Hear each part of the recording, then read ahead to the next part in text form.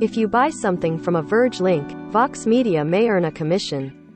See our ethics statement. I walked into Star Wars, Galactic Starcruiser prepared to pretend I was going to be Chem Gartinbar, a reformed smuggler celebrating going straight with a luxurious cruise trip on the Halcyon, pride of Chandrila Star Line.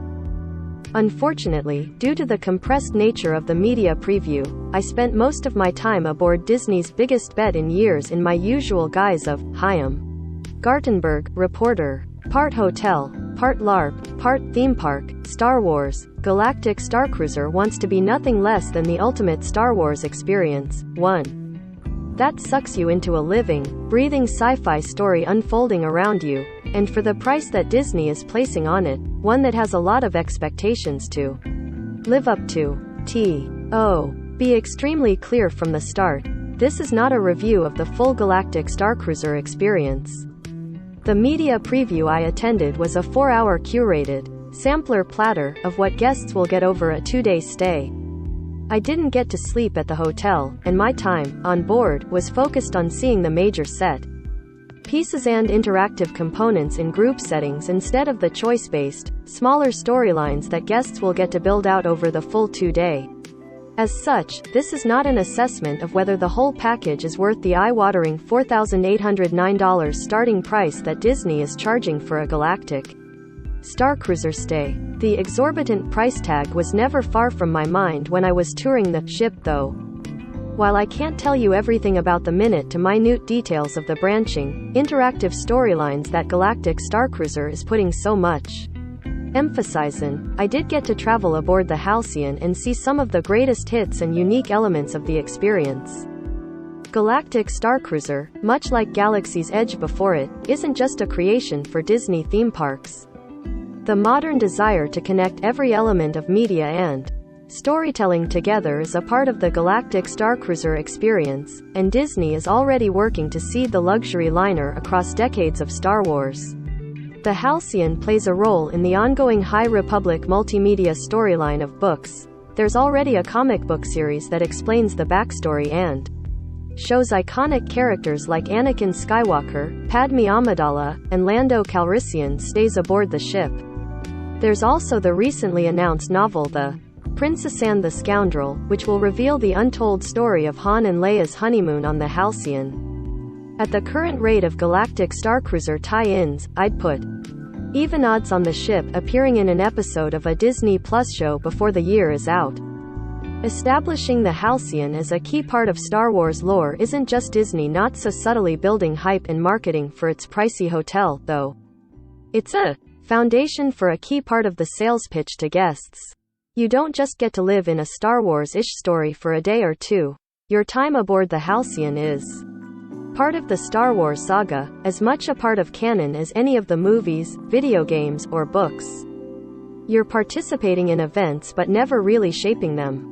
That idea of living in an interactive hotel experience has seen Galactic Starcruiser draw a lot of comparisons to Westworld, the eponymous theme park from the HBO series. The two have a lot in common. A promise of total immersion in a fictional world, complete with factions and costumes, the idea that guests can forget their own stories within the setting, and the sky-high price tag that limits attendance to guests with exceptionally deep pockets. Galactic Starcruiser even has its own AI companions and roving robots, although they're far less murderous than those in Westworld's. But Westworld's Impossible Park promises a place where you can do anything or be anyone in the Wild West. Galactic Starcruiser puts more emphasis on choice over agency. A character can bring you to help sabotage the engine or rescue Chewbacca, but you won't be the one making those decisions. Guests will have some control over which storylines they participate in and which side they're on, but you're still just a side character. You're participating in events but never really shaping them. Galactic Starcruiser experience starts at a spaceport where you'll ride a transport pod up to the Halcyon proper, the lines between hotel and ride blurring together from the start. Exiting the pod takes you to the atrium, the Halcyon's lobby, where you'll run straight into guests and cast members alike milling around, ready to draw you into the plot. In quick succession, I met Gaia, the visiting galactic pop star, her manager Rythe Cole, an aspiring musician named Sandro Alamander, who, like me, was on his first trip off planet, and the ship's captain Riola Kevin. Everyone had a story and, more importantly, wanted to try to involve me in it. Despite the elaborate costumes and setting, it still threw me off balance at first. I had to take a few minutes to figure out how I'd be fitting into the grid view. In some ways, the ship is a little too polished and clean.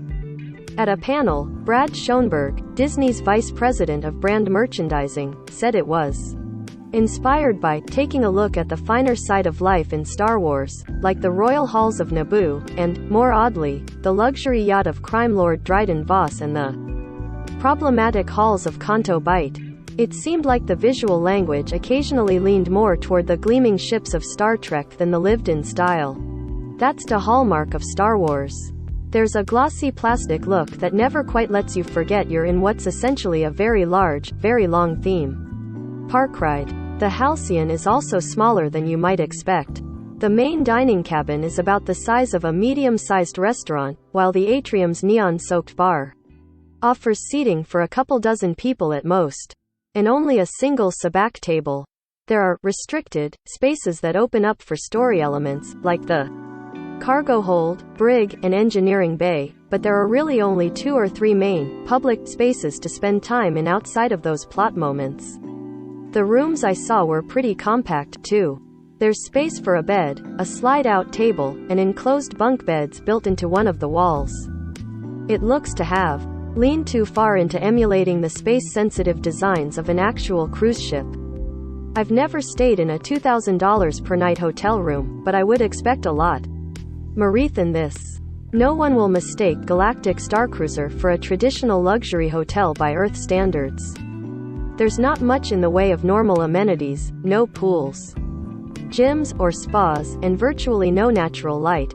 There is a single outdoor space, branded the Climate Simulator, to avoid breaking character. Sure, you wouldn't go to Galactic Starcruiser for a regular hotel experience, but the price still feels like a miss. Disney is putting plenty of emphasis on the food and drink aboard, both included in the ticket price, although specialty and alcoholic drinks are not. The presentation aims to go above and beyond a standard hotel menu. Much like Pandora or Galaxy's Edge, food features unique shapes, colors, and textures to evoke a galaxy far, far away from our own, like colorful blue shrimp, allegedly sourced from Felucia, or black lava rock bread evoking the volcanic world of. At the Star Wars Hotel, even the food has lore. ACH. Trip on Galactic Starcruiser will follow the same broad story arc. Guests are passengers aboard the 275th anniversary trip of the luxury Starcruiser, the Halcyon, which is emulating its original voyage from Chandrila to Batuu. Set in between The Last Jedi and The Rise of Skywalker, the ship runs afoul of the First Order. Star Wars drama ensues. Storylines, we're told, will develop organically over the 2-day trip, based on how players interact and react to cast members and the actions they take. Along the way, there are multiple branching paths, only some of which I got to take part in. Smuggling a Resistance ally on board and sneaking into the engine room to reboot the ship's systems, but there were other plots that appear at the finale event, like stealing access codes or unlocking a Jedi holocron. That weren't in my brief journey. Someone else playing through a Resistance story might have seen more of those adventures, while a First Order aligned guest would have had their own interactions to try to foil those plots. The whole thing culminates in an action-packed live stage show finale. It wouldn't be Star Wars without a lightsaber duel, one which includes the spectacular-looking real lightsaber prop the company showed off a few months ago. You may all be watching the same big events, but you're not watching the same things, said Corey Rouse, a creative director for Walt Disney Imagineering, noting that a guest who sided with the Resistance will see payoffs that might not make sense. A Scoundrel character, while a First Order ally will experience the finale in yet another light. Immersion is the name of the game here. Each sign is written in both English and the fictional Aurebesh alphabet. Every cast member, waiter, room service, Attendant and bartender is in character the entire time, and elaborately costumed guests chat with you about their own lives to help draw you into the world. As you'd expect from a Disney park experience, there's incredible attention to detail. All the doors on the ship are sliding, instead of on hinges, to better fit into the Star Wars universe. But that level of theater is table stakes for Disney World. Galactic Starcruiser aims to take things a step further by actively looking to draw in guests. Visitors are encouraged to dress up in full Star Wars cosplay to inhabit the world, at least for a day or two. Disney, of course, is happy to sell you Star Wars-themed attire if you don't already have it, and the key differentiator is the ability to participate in the adventure. The average Star Wars movie is about 2 hours long. 2 seasons of The Mandalorian on Disney Plus will take you about half a day.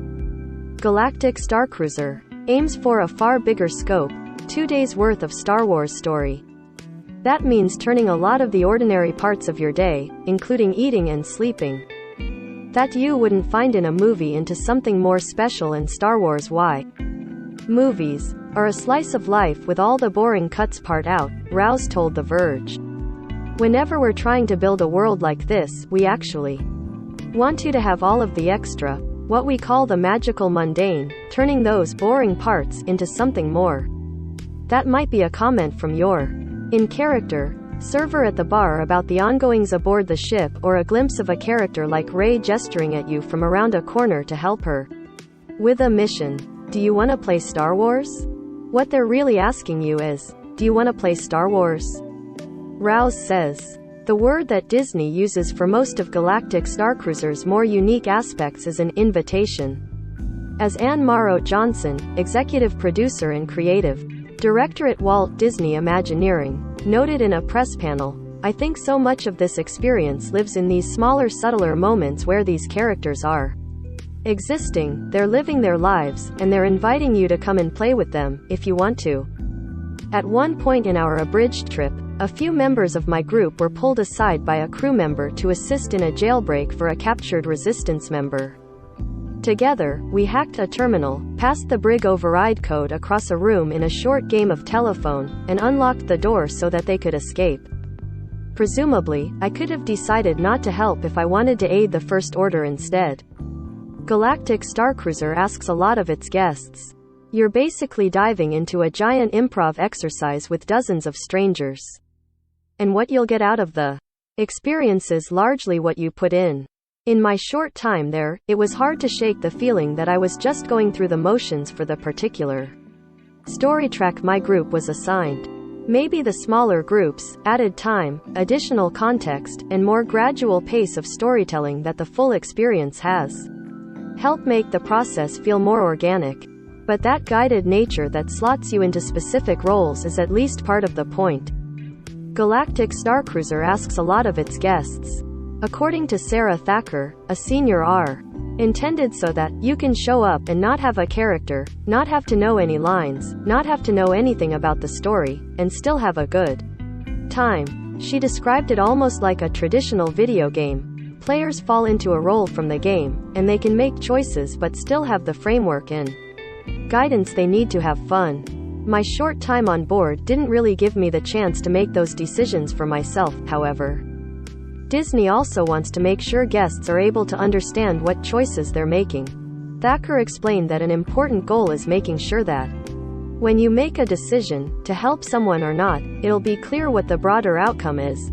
We want you to know, yes, this means if I do this, I'm helping the resistance, and presenting those choices as clearly as we can and really, as often as we can, as you encounter different pieces of the story, different pieces of the narrative.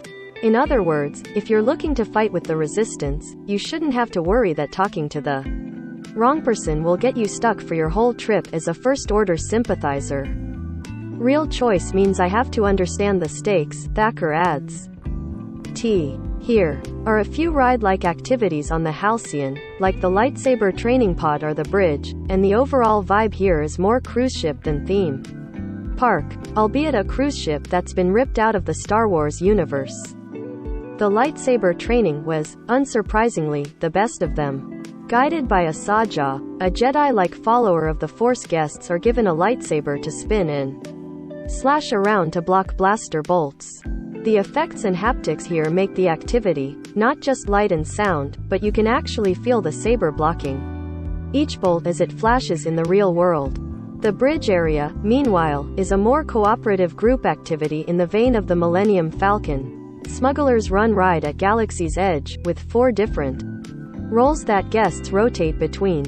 Bouncing across the different stations let me take a turn blocking asteroids, aligning the ship's sensors by matching buttons and switches, blasting lasers, and more. Those shipboard activities, in addition to offering entertainment in their own right, help serve as catalysts for drawing guests further into those story arcs. A bridge training exercise, for example, might end with helping the ship's captain on a clandestine rescue mission in an asteroid belt.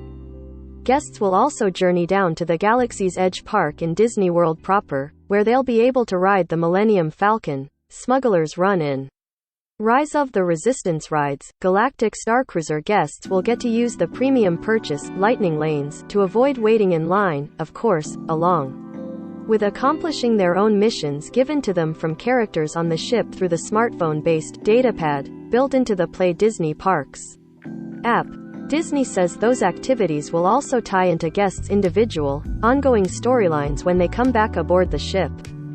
A franchise that you can not just love, but live in. The integration of narrative, traditional theme park rides, live entertainment, and a hotel stay make Galactic Starcruiser a blend of virtually every aspect of a Disney World trip all at once.